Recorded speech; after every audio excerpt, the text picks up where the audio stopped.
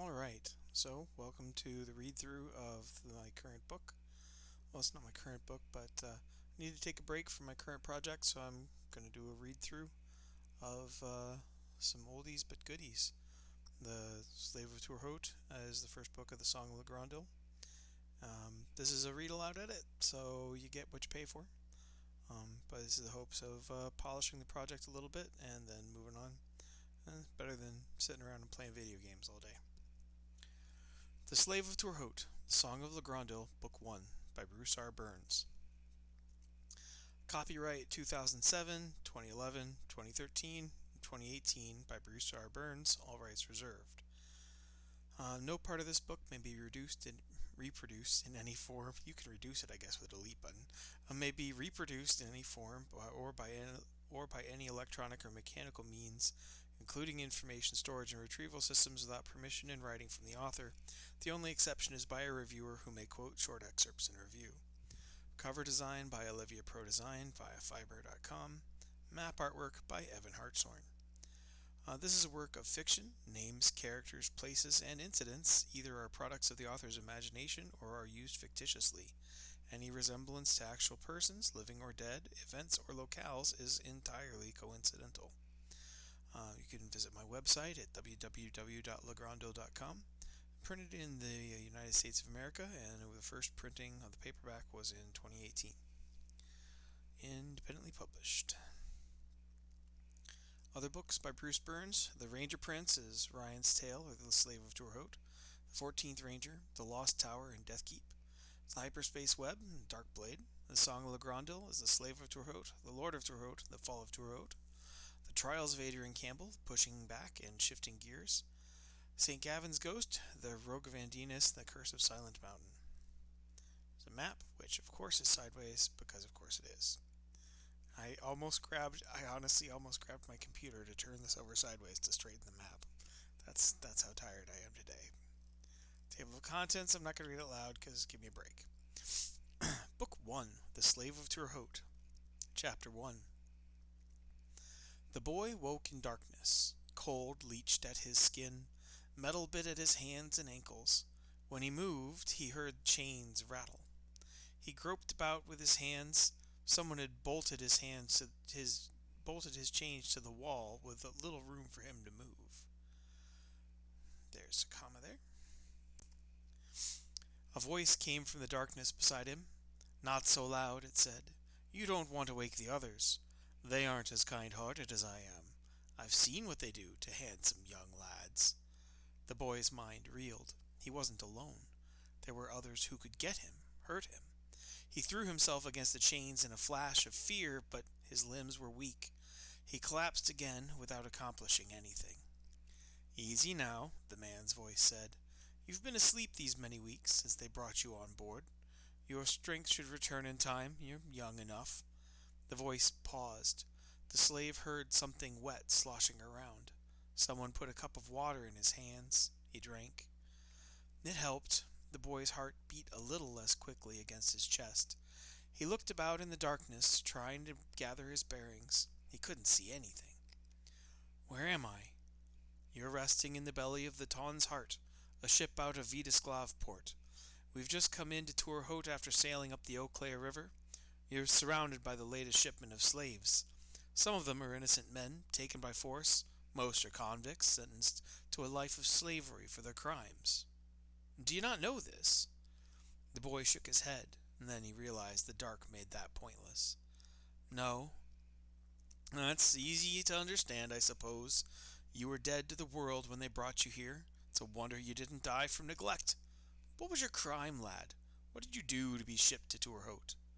The boy didn't answer, so the voice kept prompting. They brought you aboard at Farport, which is where I stayed since before your time.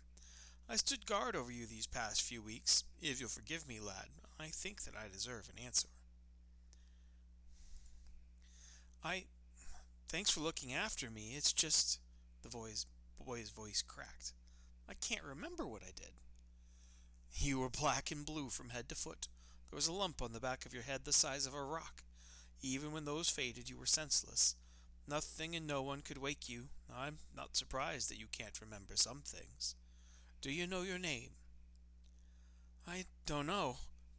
Slave boy felt panic rising again like a creeping vine of fear. "I can't remember. What did I do?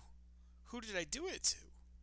Tears came, and the boy smothered the sounds in his arm. The man cut him off.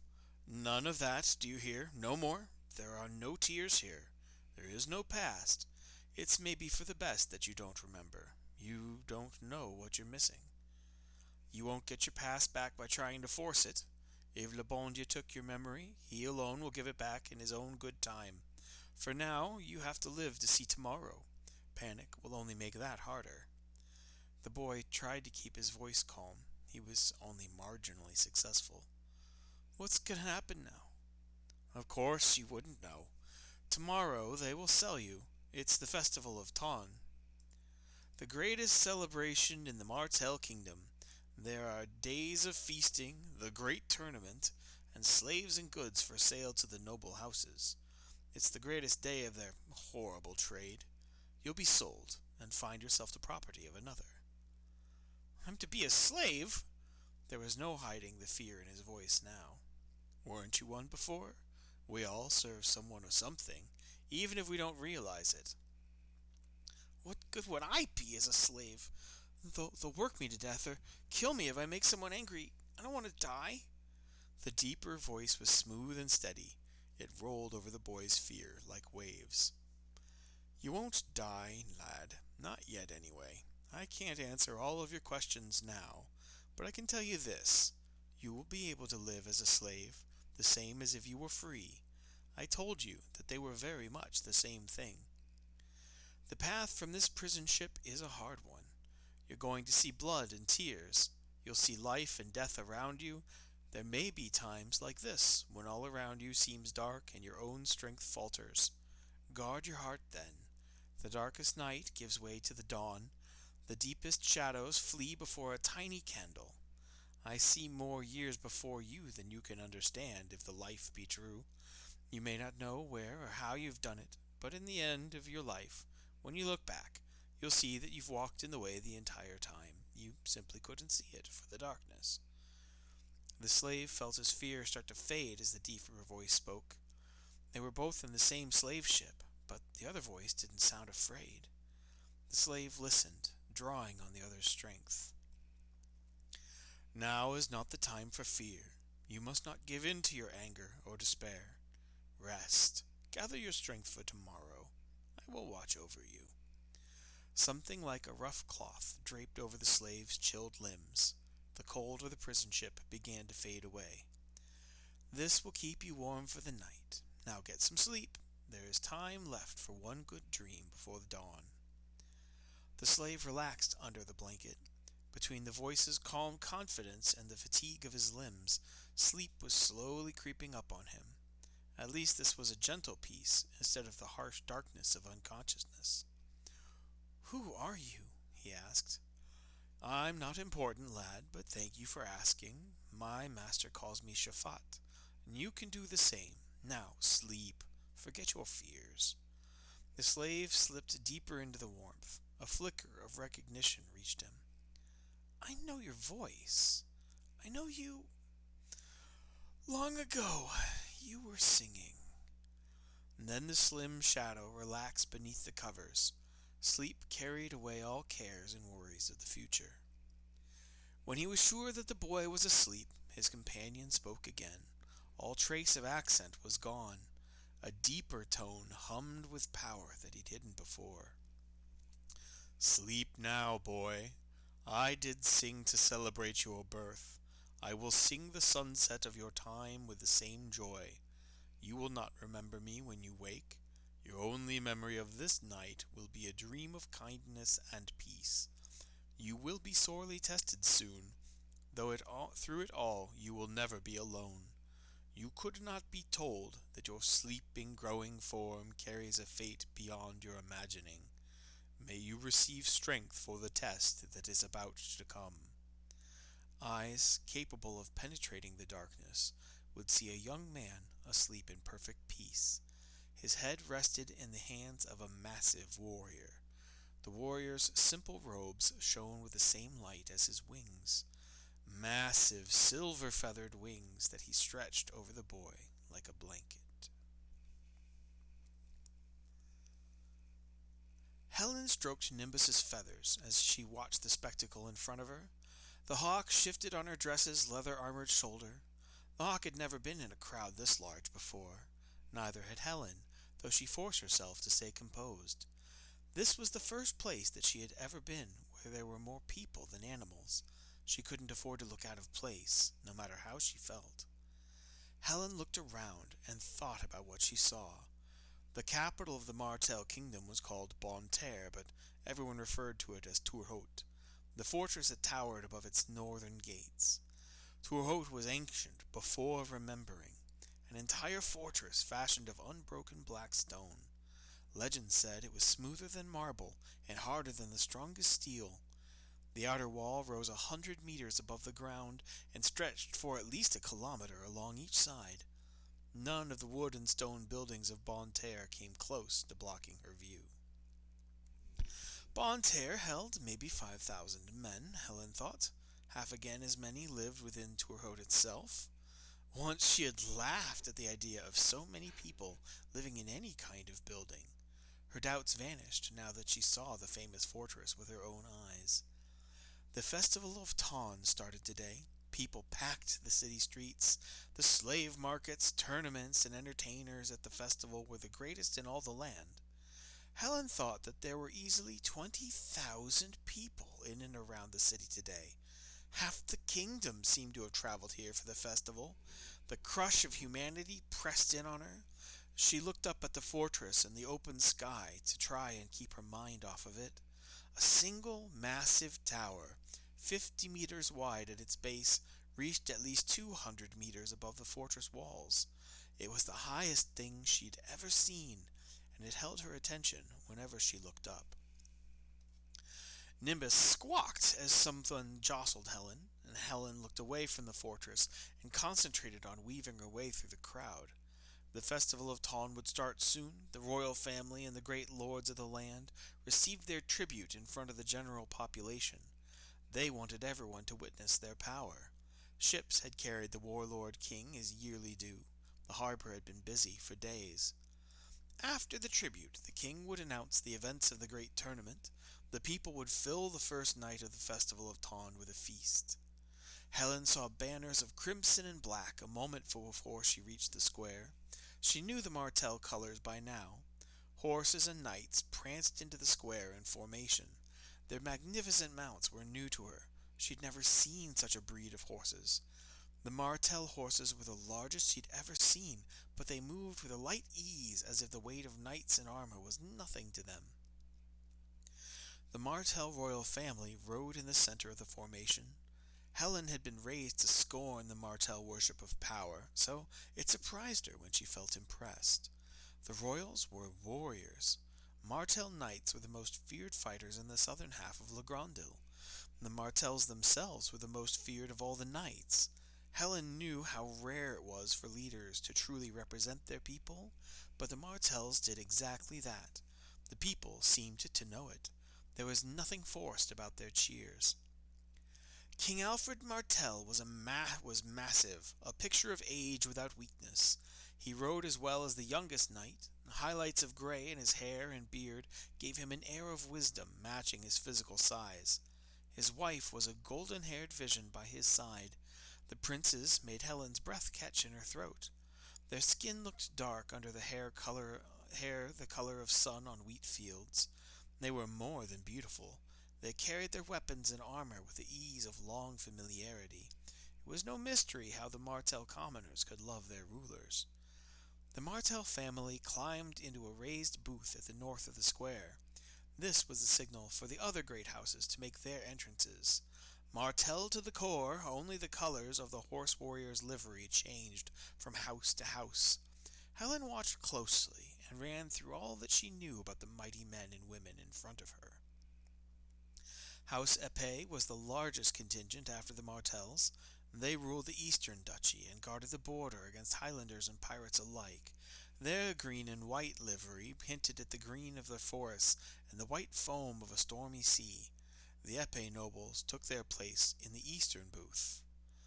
Brown and gold banners floated over the Rushwater contingent. The western duchy held the border against the tribesmen. They patrolled the trade routes to the city-state of Lowen and the merchant alliance beyond it. House Tanner of Rushwater was the oldest of the Martell duchies. 200 years ago they had submitted to the Martells rather than face destruction at Martell hands. As the centuries passed, they became part of the new kingdom, the backbone of its western defenses. The Rushwater nobles took their place at the western side of the courtyard, across from House Epée. Helen smiled at the symbolism. House Tanner and House Epée were famous enemies within the Martell kingdom. Even peasants laughed at how well King Alfred played them against one another.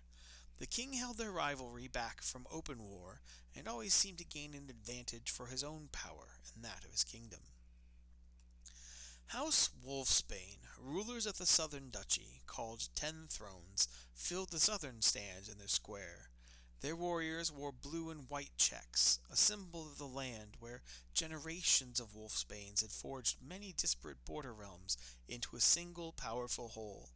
Wolfsbane was content with their position as the third and least powerful duchy. Helen had heard about them as well. They played the part of a dozing wolf while the greater houses vied for power, but only a foolish rabbit believed that a wolf was truly asleep. Other noble houses filed in next. Helen saw the liveries of baronies and knightly holdings. She picked out Wolfsbane's subservient houses, Levant and Shannon, among the throng of their lesser nobility.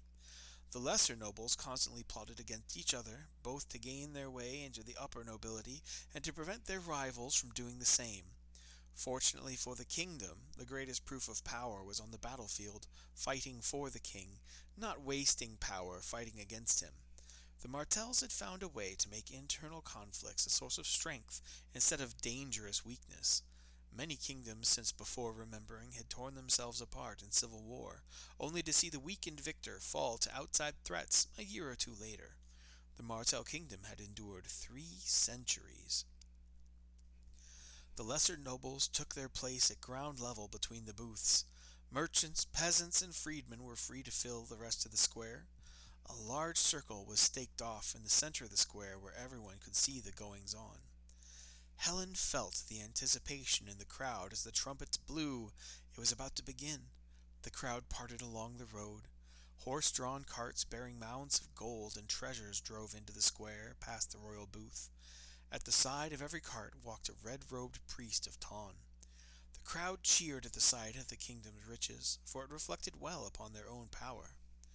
Helen nodded to herself at the sight of the priests. The priests of Taun represented the Martell's greatest deity. The priest's participation was a public, non-threatening, and shrewd. The priests were officially guarding the tribute against anyone foolish enough to try and steal from the king. They also served another purpose. Helen wondered how many of those present realized that they were being carefully shown that the red robes were linked to the power and glory of their kingdom. Nimbus shifted on Helen's shoulder. She reached out with her hand to calm him. The hawk was right, though. There was something else to feel in the crowd. Even with all of her training, Helen had almost missed it. Perhaps it was because she was unused to having so many human minds nearby. There was a psychic undercurrent beneath the thronging masses. It was subtle, there for an instant, gone, and back again. Helen was too gifted to miss it entirely. Now that she had an idea of what to look for, it wasn't difficult to find. Helen focused past the petty concerns, lusts, and fears of the people around her. Hidden somewhere in the crowd there was a powerful pair of minds, focused entirely upon murder. Noir took a deep breath and let it out again. For a moment he thought one of the priests had discovered them, despite their efforts to mask their presence. He had never been comfortable with the idea of carrying out the plan when the best and most powerful of the Martell's sorcerer priests were present. Noir froze, every sense and nerve alert. Had they been discovered? No. None of the red robes were gathering power for an attack. On the rooftop beside him, Master Teal showed no sign that he sensed anything. Noir reached out as much as he dared with so many enemy minds present. Whatever it had been was gone, if it had ever existed in the first place. Noir was still and silent on the roof. He looked down at the top of the Martel booths, but it was not yet time to act. Like all of his kind, Noir could sense a great deal of the thoughts and feelings of others. The mood in the royal booth was random and bored. The Martel family cared little for the public display of wealth. Noir knew that he had to wait until someone or something completely captured the attention of those below him. He had a few thoughts about what that would be, but ultimately the decision belonged to Master Teal. The crowd cheered again. Noir saw that the horse carts were leaving the square on the way to the vaults of Toure Hote. Brightly clothed tumblers and musicians paraded into the square. The dancers spun and flipped for the entertainment of the crowd, while the musicians struck up a lively beat. Scantily clothed men and women gyrated in time to the rhythm of massive drums. Noir felt a fevered enthusiasm in the crowd. It beat against his mind with growing urgency. It would be easy for him to wallow in the people's mood, but he forced himself to stay above it. The royal family was still bored, except for the younger boys, who took a predictable adolescent interest in the dancers. Noir waited. The moment of surprise had not yet come. The beating drums worked to a feverish climax. Every performer leapt into the air at the same time. They landed as one and fell to their hands and knees, bowing in homage to the king. The sudden silence embraced the crowd and drew them with it. The only sound that remained was the fluttering banners in the breeze. Then a ring of spurs echoed in the stillness. A lone swordsman walked into the square. Noir could feel his presence ripple through the crowd like a stone thrown into still water. The swordsman was tall and strong. Black-washed mail armor shone beneath black livery. A single scarlet badge covered his heart. The breeze flared his black cloak behind him to reveal the sword at his waist, the sword nearly as famous as its owner. Every warrior south of the long river knew his name. People who had whispered together at the king's arrival fell silent before this man. Every eye was on Richard de Bois, Captain Commander of the Royal Guard, High Executioner, and Wielder of Kidokyo. Captain de Bois walked in front of the royal booth. One of his hands swept out to the side. At his signal, the entertainers sprang to their feet and ran from the square in silence. The captain's hand swept down again, and the next spectacle began. Noir sneered in distaste as the blue-liveried warriors of House Wolfsbane entered on either side of a parade of bare flesh. More than 200 men, women, and children walked into the square between the guards. Each wore nothing more than a loincloth. To the Martel people, unbonded slaves were worth less than cattle. Clothing was for slaves who were bound to a master, and therefore had a place in society where their power was known and measured. It also served as a deterrent. A naked runaway wasn't going to get very far unnoticed. "My liege," Captain de Bois' voice filled the square, "behold the tribute of Farport, Nominee, and the Isles." King Alfred stood and answered in a voice for everyone to hear. "High Executioner de Bois, you are a right hand of power. Reach out and weigh these gifts. Dispose of the powerless. Choose the powerful for the 10th part that is our due." De Bois bowed, then turned back to the slaves with a flare of his cloak. There was suddenly a drawn blade in his hand. Noir's eyes narrowed. That draw was Noir's first glimpse of the famous warrior's skill.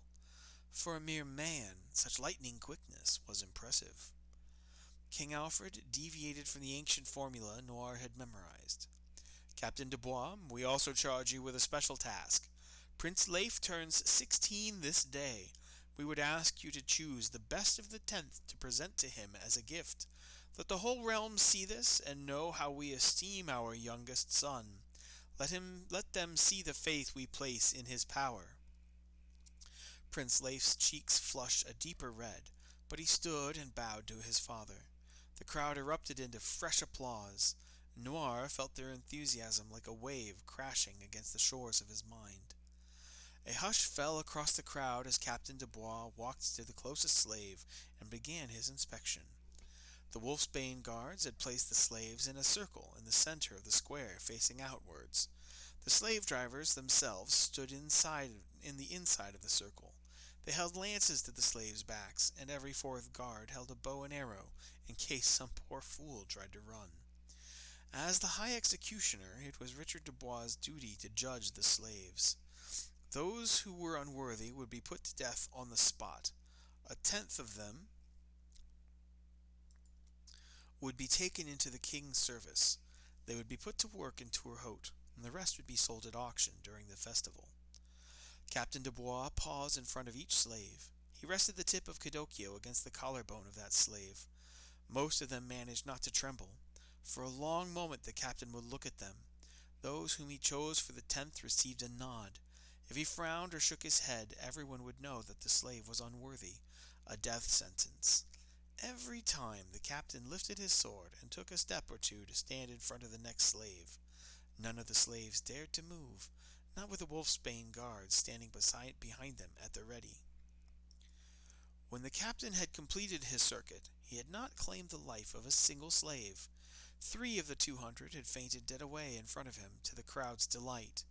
23 slaves had moved forward to stand in a line before the royal booth. They were an even mix of men, women, and children. In Toure Hote there was a need for every kind of service. A place would be found for all of them. Noir fought a rising tension in his limbs as he gathered his power. All of their planning was about to pay off. His heart beat faster in his chest. As soon as Master Teal moved, Noir would be ready. The captain walked a new circuit around the 23 chosen slaves. This time he walked behind them first, and then in front. The crowd watched in silence. Those in the back strained to watch Richard's choice. This moment would be the source of gossip for weeks. The captain stopped in front of a young slave. The boy was 15 or 16 years old, if Noir had to guess. The captain half turned to move on, and then froze. Dubois took a turn to take another look at the boy. Noir looked closer as well. He instantly wished that he hadn't. There was something wrong with the slave boy. Noir couldn't say what it was, but he felt a chill dance down his spine. The boy was only halfway to manhood. He was lean and muscled, but far short of the strength and size he might one day command. Perhaps in a few years he might be a danger, but there was nothing about him that could threaten Noir today. So, what was it about the half-naked, unarmed slave that was different? Out of an entire courtyard of seasoned warriors, archers, and swordsmen, leaders of armies, and great nobles, why was it a teenage boy who suddenly made Noir feel afraid? Noir took his eyes away from the boy as power flared beside him. Master Teal had summoned the full force of his powers, more than anyone could hide from the priests of Taun. It was time.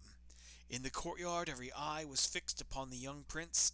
Leif walked forward from the booth, holding a black and red cloth for the slave. Clothed with the colors of the royal house, the slave would become part of society. Once this first slave was chosen, the rest of the festivities would begin. Master Teal and Noir hid above the Martel booth. No one was looking their way. The slaves and wolfsbane guards faced the right direction, but the slaves kept their eyes on the ground, and the guards didn't take their eyes off the slaves. Noir concentrated. Strength and power filled his body beyond the dreams of mortal men. Bloodlust filled him along with the power.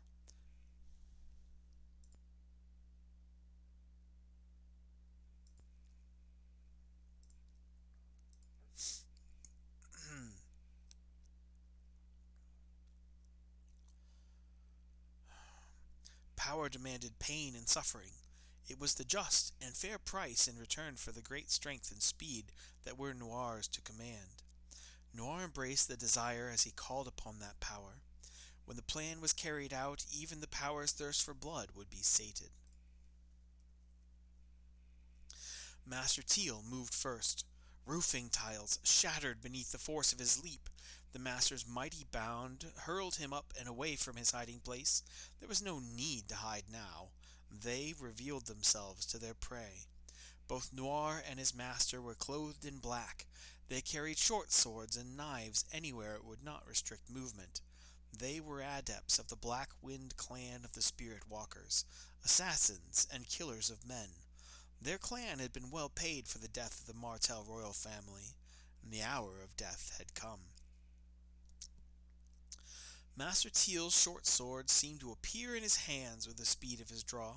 They flashed in the sunlight at the top of his leap. He hurtled down towards the young prince like lightning. Noir shifted his weight to the balls of his feet. When the death of the prince brought chaos to the square, he would make his own leap into the royal booth. There he would be like a drake set loose among sheep. With the power filling him, Noir felt time slow.